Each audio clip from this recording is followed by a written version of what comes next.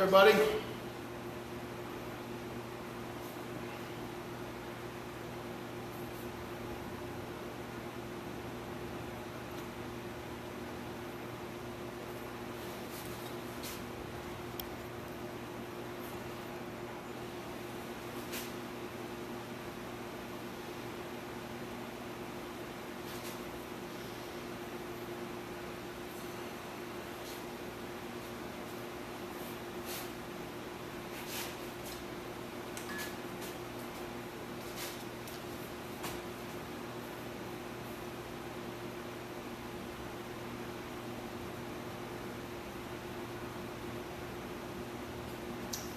Hi, what's up, everybody? I'm here with the shop master right about now. I'm here at the mill. Got my stuff on the table, but I'm gonna have to move the camera to show you on the table. So we're gonna watch in the chat too to see who's coming in. Hello, buddy. Hello, hello.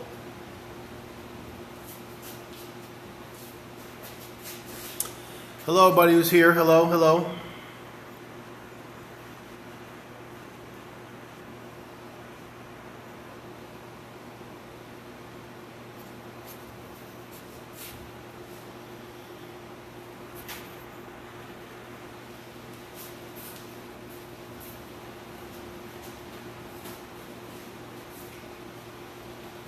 What up from inside the shop? What up?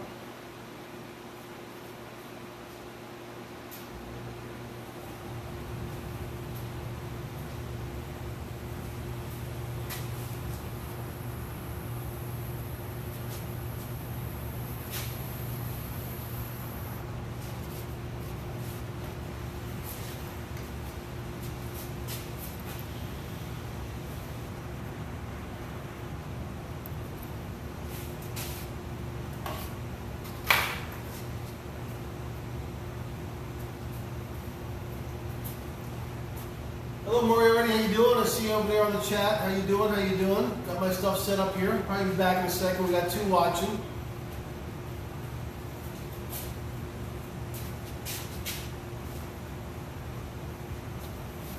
What are you talking about? What are you talking about, Moriarty? Just let me know. I don't have no time for bullshit here today. I'm working, so if you got troll bullshit, I don't need it.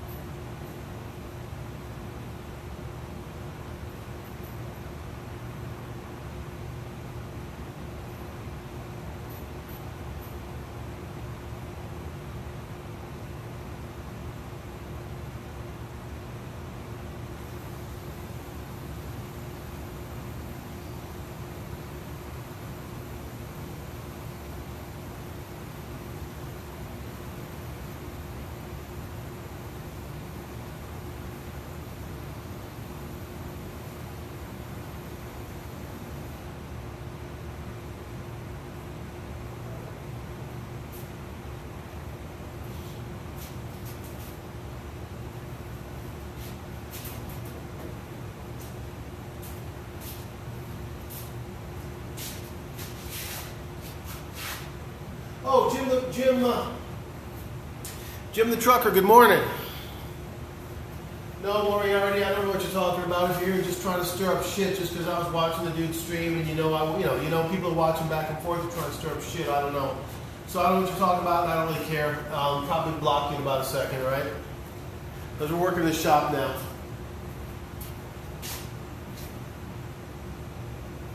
Oh yeah, I see. No, I see what's going on. Okay, Moriarty, I see. You're just talking shit. Hang on a second.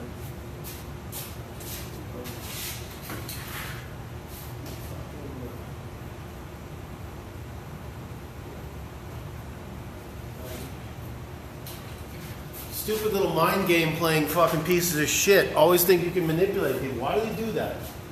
Stupid little mind game playing pieces of shit. Always think, oh, you know, we're going to spread divisiveness and make people try to go at each other. Stupid little fuckers, man. Anyway, Jim the Trucker, what's going on? I guess I can crank the Z-axis or something a little bit, give myself a little extra room there.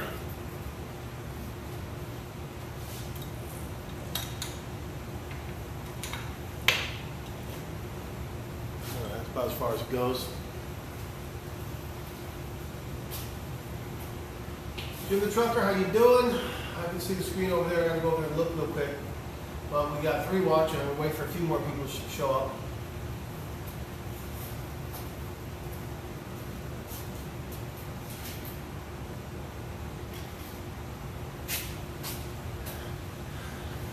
Good morning, Mr. Dangley. Be dangling with the dangly. You know, what's up, what's up? So, coffee's strong enough to do the trick, that's for sure. We'll be working on the machine here, down here on these items right here. You know,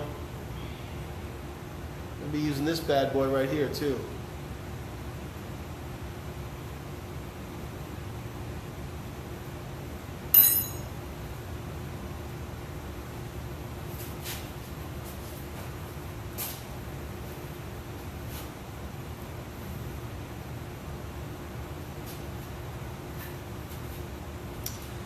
Yeah, I know, it is a bunch of bullshit from a bunch of bullshit people. A lot of good people, but then there's a bunch of bullshit going on back and forth between bullshit people. Good people don't bullshit back and forth. They just, you know, they just mind their business. All right, people, I'm going to just get to work here on this now. I got 5 watching, so we're going to get to work on this. And I'm going to talk like Adam Booth. You get your job now, and get your work chucked up there, the 4 jaw down. You're going to get you indicated in there. All right. Show you what I'm doing here.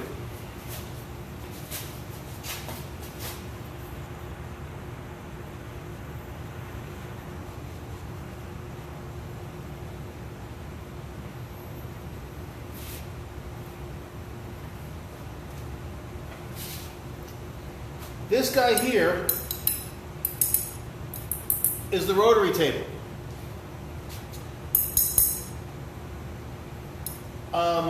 This is the 4-jaw chuck I put on there, and you see it's got mounting bolts up top. And actually, I don't remember whether it's a 5-inch or a 6-inch, but it's because it doesn't matter because it's metric. It's a Sanu K72 160. That's pretty accurate too. These Sanu chucks are pretty good, surprisingly.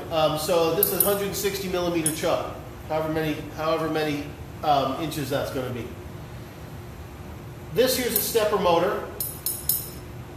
That's the spring coupling. This is the spring coupling that I bored out the other day. This is the plate, the adapter plate that they use to put this motor here. Basically, all I'm changing here is, basically all I'm doing on this job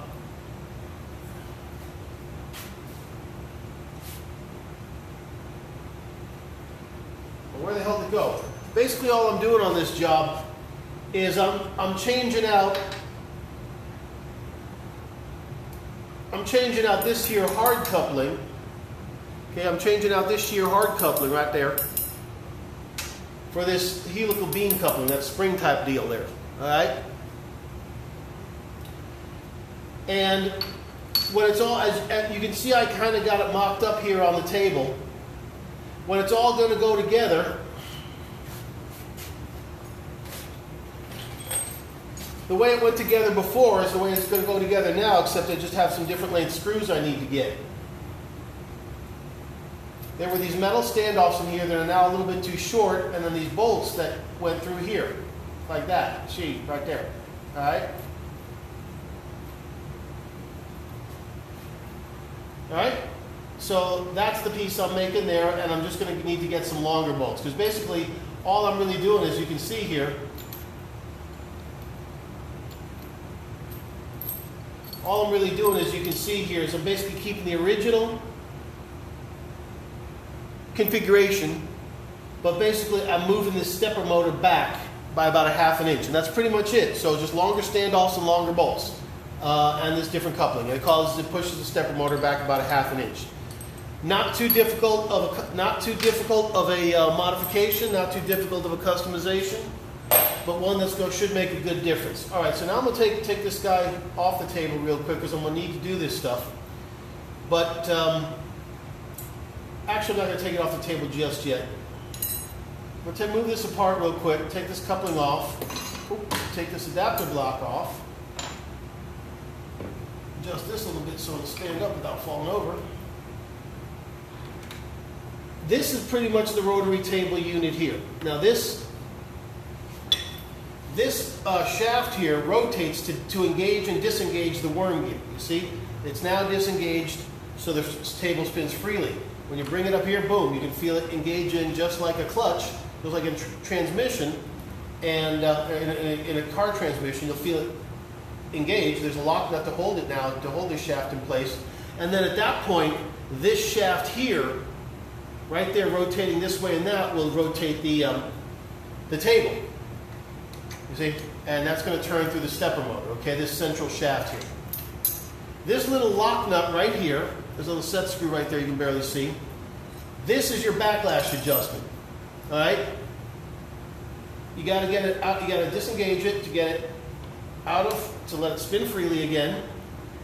And then you get your gear in there and you get it nice and snug, and you back this shaft is threaded, you back it out all the way, lock your lock nut down, and get a feeler gauge in there. And that's going to be the final adjustment. That's your backlash adjustment. That will control how much slop you have either way in your where the worm screw meshes with the worm gear, or with the pinion gear, I guess.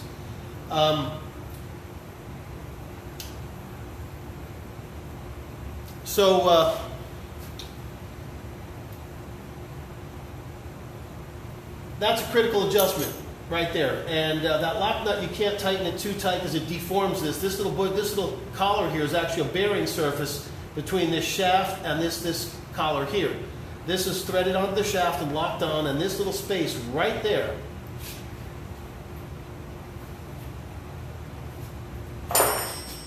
this little space right here is where you need to get your feeler gauge, in between here. Now the smallest one I got is about 1.5 thousandths, and that's just about right, maybe a little less. So you can't torque this down too tight because it'll deform this, and it'll squish this out here and mess up your reading. So that's just a lock nut. You can't really make it too tight. So basically you dial it in, you screw this in, get your feeler gauge in there. What I'm going to do is I'm going to mark it, and then if I have a tiny little bit more adjustment I can go, I'll go. But then it's lock this down with Loctite and lock that nut down with Loctite, not use just force, because it can wiggle itself loose. And like I said, this here is your bearing adjustment, and there's no really way to keep this in place with the rest of this assembly. It just sort of doesn't work that way. Actually, that would be a good way to do it, though. That would be well, you still got to lock this collar on because otherwise the threads are going to turn in there. But that might be a good way to do it, is put like another bushing between the end of another like little bushing between the end of this collar and this one to fill up that space. That might be a good way to do that. This backing plate, this four bolts, is where it mates to the stepper motor.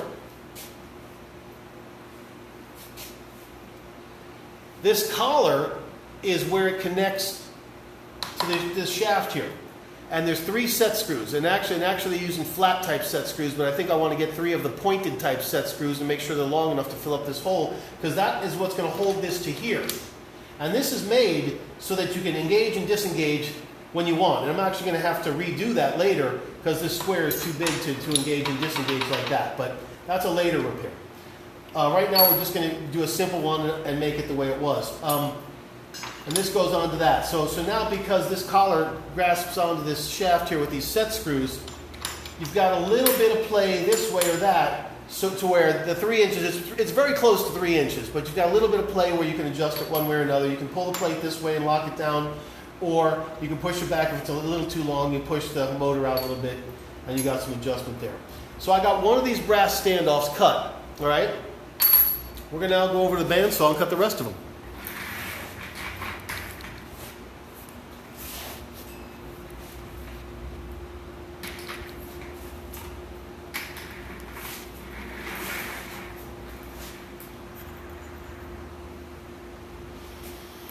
All right, I've got the bandsaw adjusted pretty well. There's a couple of videos on YouTube on how to adjust a bandsaw, and if you're like me, you didn't know that even needed to be done. I thought it just sort of worked, but no. So I got it dialed in pretty good, and not making these sketchy noises. And it will cut the brass. This is mostly a wood bandsaw, but it will cut the brass and aluminum if you go slowly. There's a decent enough blade on there for that.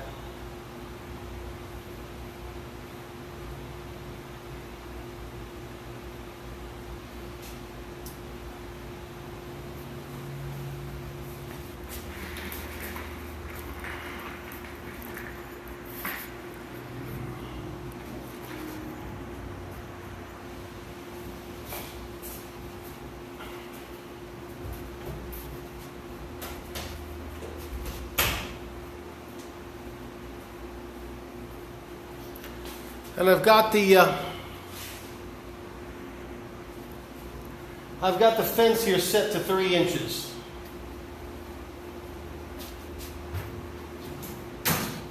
Actually, about 3 1/16. I've got the fence. I've got the fence there set to about 3 1/16. All right, I'm going to say hello to everybody in the chat real quick.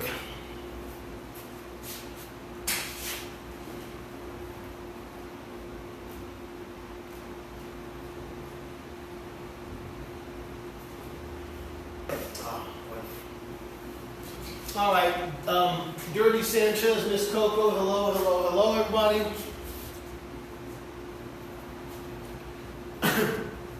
We're just going to do this.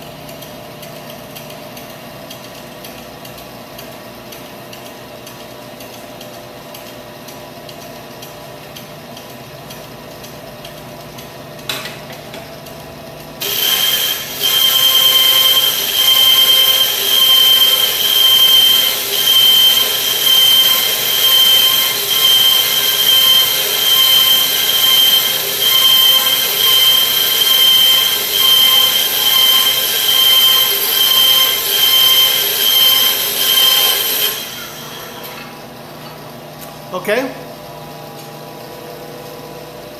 Just like that. Easy as pie, easy peasy. Pretty nice, good round end. Pretty nice cut off there. You know, nice and quick. Not even hot. Can't even tell which end I just cut. I guess it was this one. A nice edge on there. Nice enough to start with.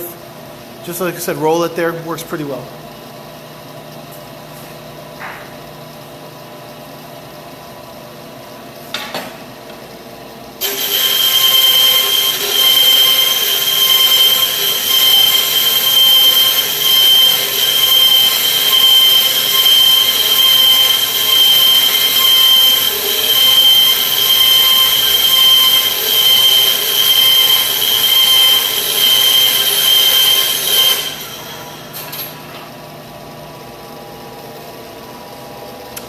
I cut the wrong end. This was the mill end, and it had a rough end there and a stamp, so I'm going to skip this one.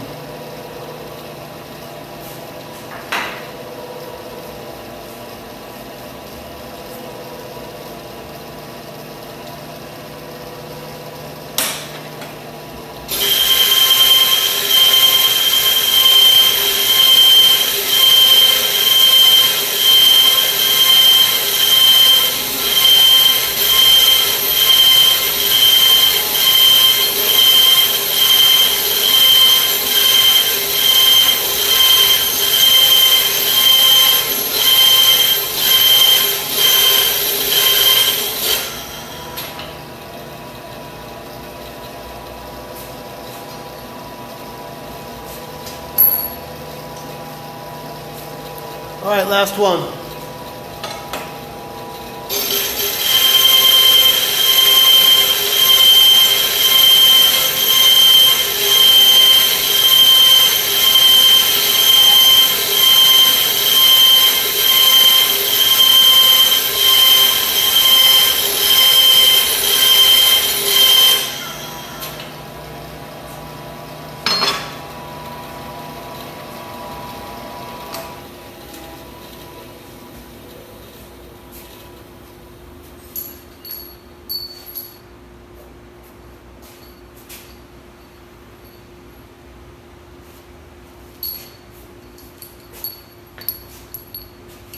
Okay, now I got my 4 pieces of brass there.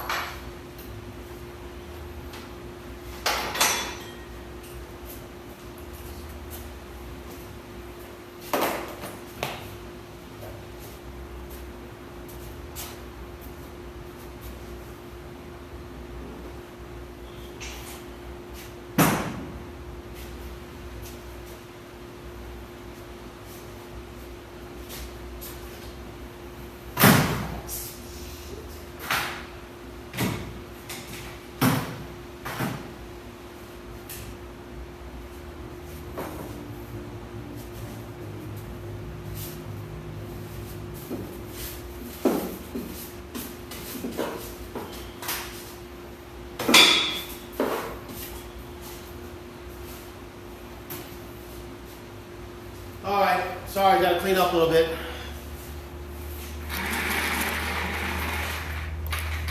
Got the next operation ready here.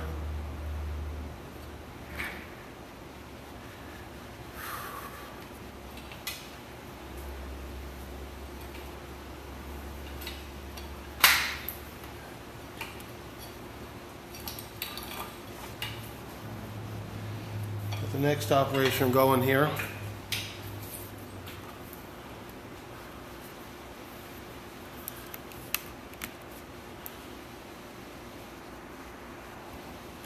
Okay, so we're going to get this next deal going here.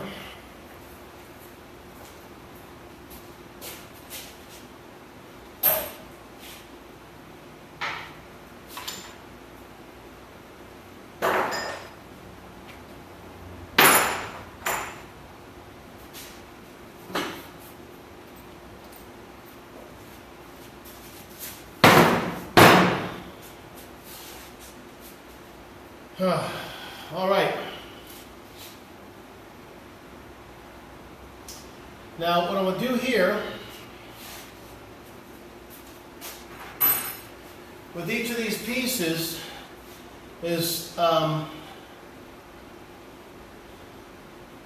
first I'm going to face them, and then I'm going to center drill. So I'll go ahead and put the center drill up here in the tailstock. We'll get that guy set up in a minute. All right. Then we'll start the bore with a 1/4 inch stubby drill like this right there, okay? And we're going to use the center drill first. So we got these tools here lined up, ready to go. All right. Just set them right there like that. They look good enough.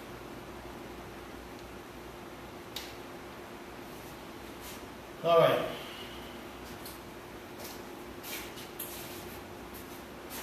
First, I gotta face them. All right. So we're gonna get some.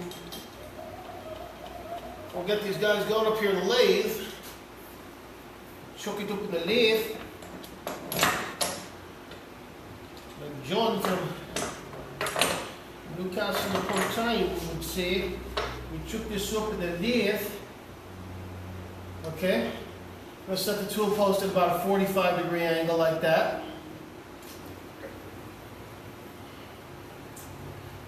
All right. The tool post is already locked down pretty good, but we're going to set it at a 45-degree angle. We'll wrench that fucker down there like that.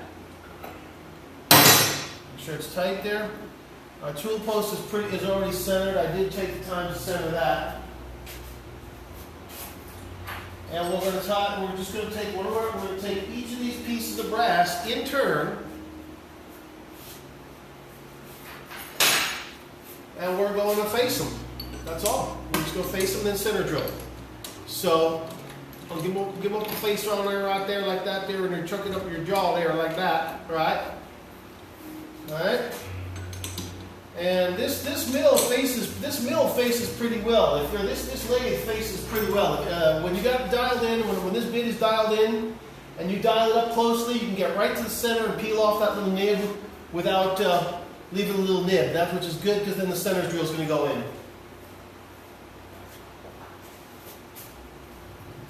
Get my readers on so I can see what the hell I'm doing. Okay, tool post tight. Lathe jaws are tight. This tool, this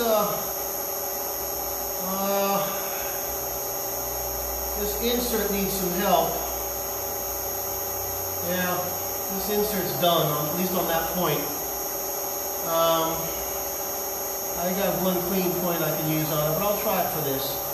But then it's done. The problem with these ceramic inserts is once you go past the center point, when you're facing, if you're not careful, it'll chip off a piece of the insert because it's pushing up the wrong way, which is not what you want. That might have been what happened, or it might have been just that I dropped the thing and it fell on the point. I don't know. We'll see how it looks though, facing.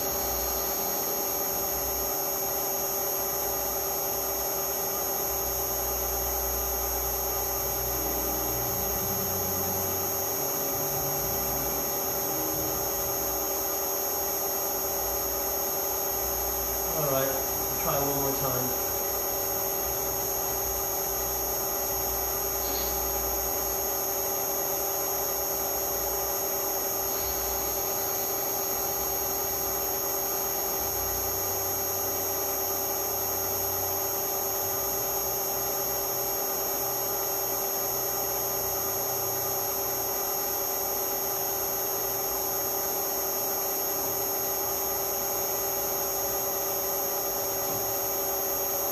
Well, it's about as good as that one's going to get.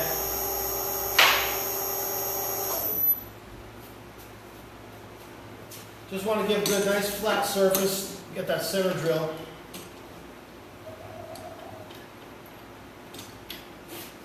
Alright, so that's one down.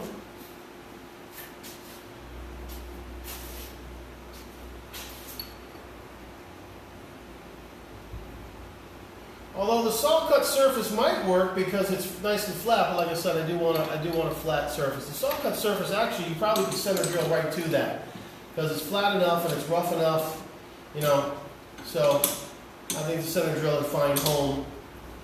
But with this guy, because we're using such a long, ultimately because we're using this long bit here, I really want to get that center. I'm going to drill it out first and make sure it's centered and only do the last bit with this. This bit is not exactly the best tool to be using for all this, but it will work. It's what I need.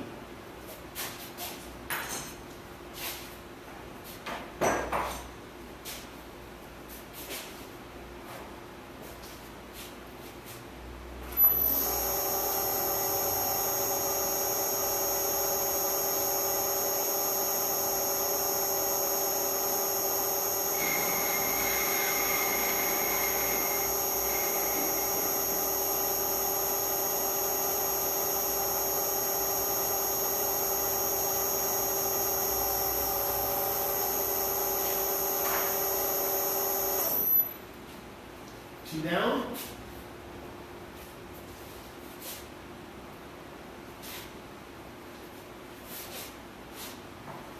Needless to say, this shit goes a lot quicker if you don't have to explain it to YouTube every damn operation that you're doing here. Goddamn thing, but goddamn.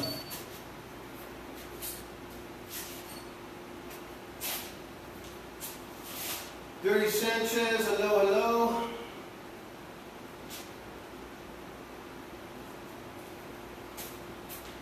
Hello everybody, just checking the chat. I'll tell you, thanks for coming on in. We're going to be here for a while.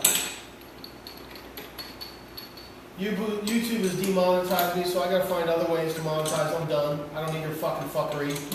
You know, if I go to whatever link to get monetized, I don't need them fucking with it. So we can get their shit off of YouTube.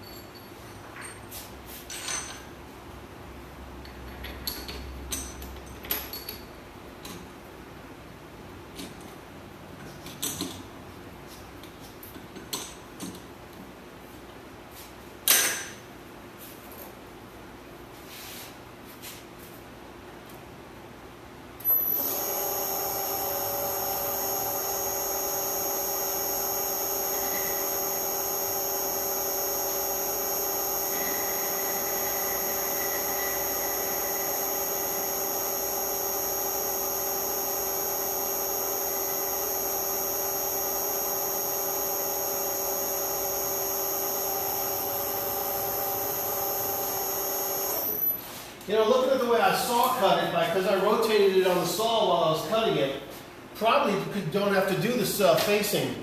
You know, you might probably get a good center on it with the center drill. And the center drills are pretty sturdy. You just don't want them walking, you know, you don't want the drill walking in any way. But center drills, especially a big fat one like this, not going to walk too much.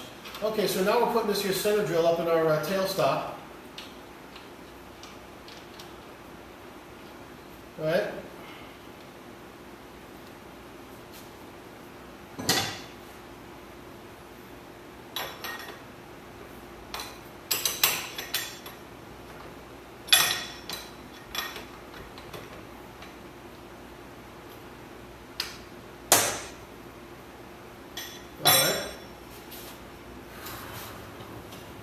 This guy here, we got to move the mill table up pretty much all the way.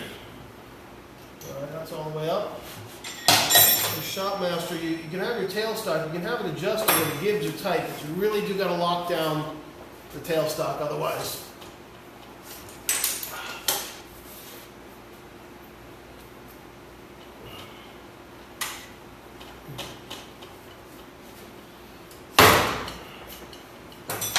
Lock the tailstock down all the way, because otherwise it doesn't, you won't get a good solid center.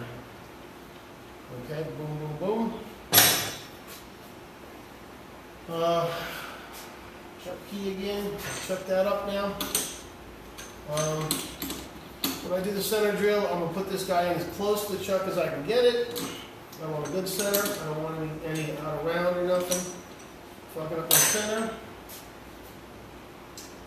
And here we go.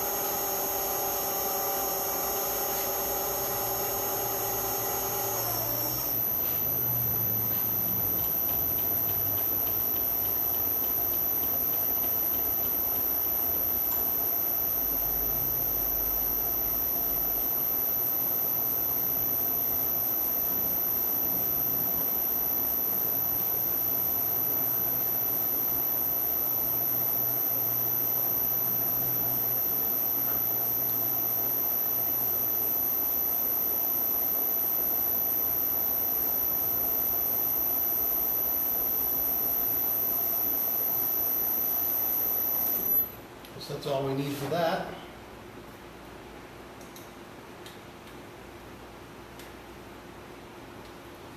I don't need to loosen the tailstock for this.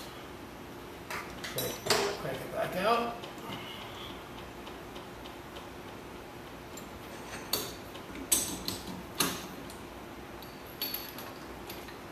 Oh, that sucks. There we go. Next one back in there.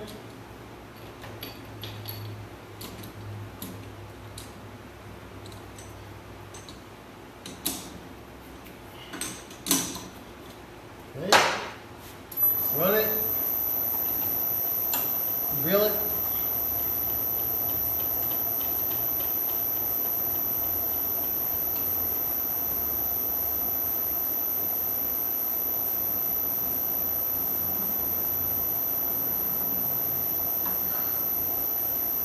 That's all we need for that too.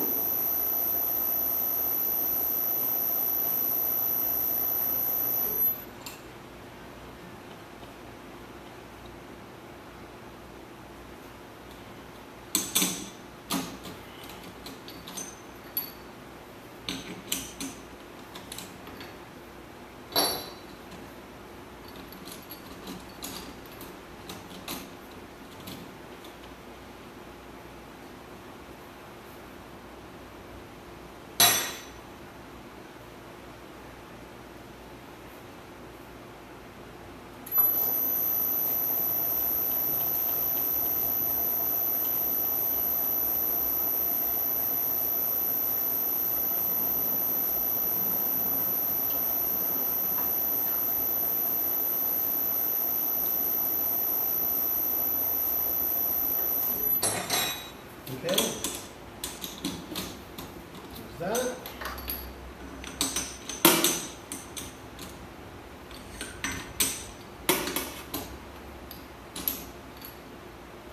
Third one, last one.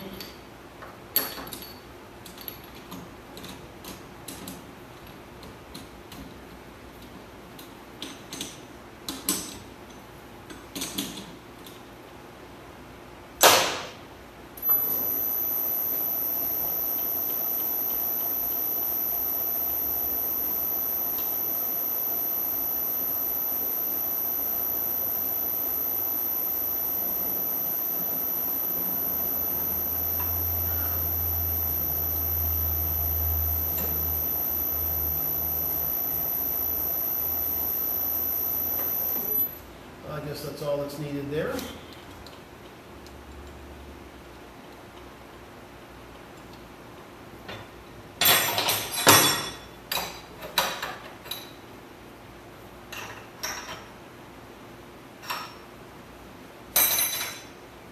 Actually,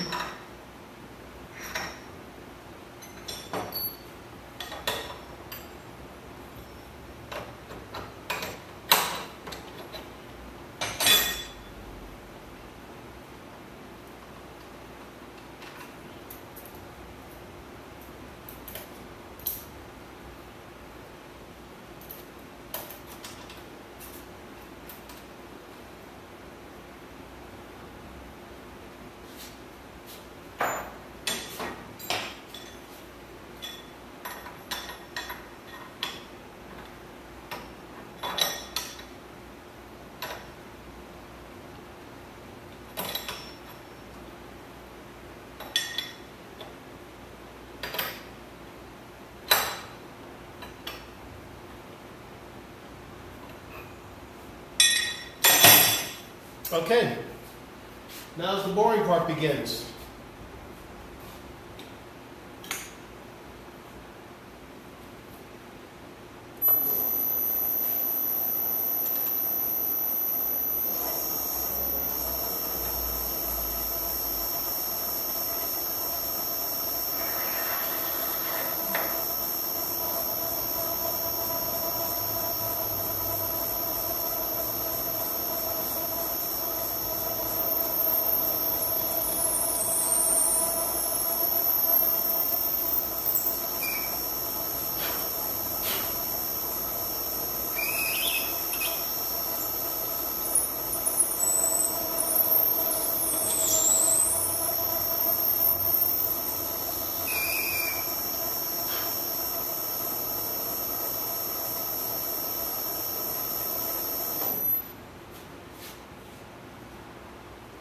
Probably should do this in just one operation, hence the long drill, but that drill's unfortunately too long. I was looking for something a little shorter where I could do it in one operation, but that one's just too damn long. So I kind of got no choice. We're just going to do is use a stubby drill for to get a good center, you know, minimal deflection, and then we'll use, like I said, the other drill for